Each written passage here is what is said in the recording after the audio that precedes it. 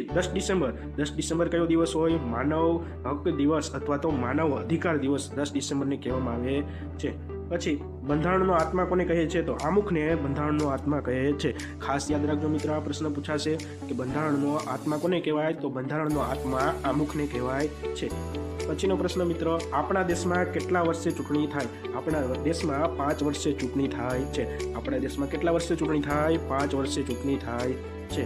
પછીનો પ્રશ્ન મિત્રો, મતાધિકાર મત કરવાની ઉંમર ક્યારે મળે છે? તો 18 વર્ષે મત આપવાની ઉંમર મળે છે. 18 વર્ષ પછી તમે મતદાન કરી શકો છો.